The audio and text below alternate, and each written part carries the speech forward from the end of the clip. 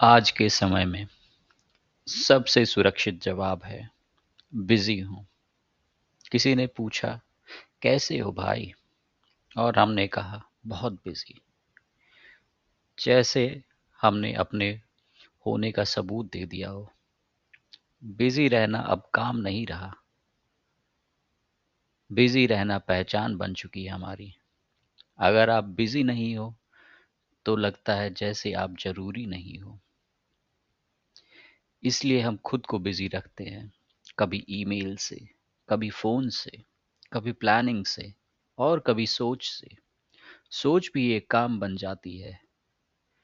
हम बिना काम के भी काम करते रहते हैं। खाली रहना बहुत भारी पड़ जाता है, जैसे कि पाप हो, क्योंकि खाली रहने में हम अपने आप से मिल लेते हैं। और वो मुलाकात बहुत समय से हमने टाल रखी है। खाली रहने में सवाल उठते हैं, मैं कौन हूँ? मैं इतना थका क्यों हूँ? मैं खुश क्यों नहीं हूँ जब सब ठीक चल रहा है? इसलिए हम कहते हैं टाइम नहीं है। असल में हम कह रहे होते हैं मैं रुकना नहीं चाहता। रुकना मतलब बिना मास्क के रहना, बिना मुखौटे के रहना। और बिना मास्क के रहना हमेशा थोड़ा डरावना होता है। बिजी रहना एक तरह का प्रोटेक्शन है, सिक्योरिटी है आज के लाइफ में, ताकि हम अपनी अंदर की उलझन ना देखें।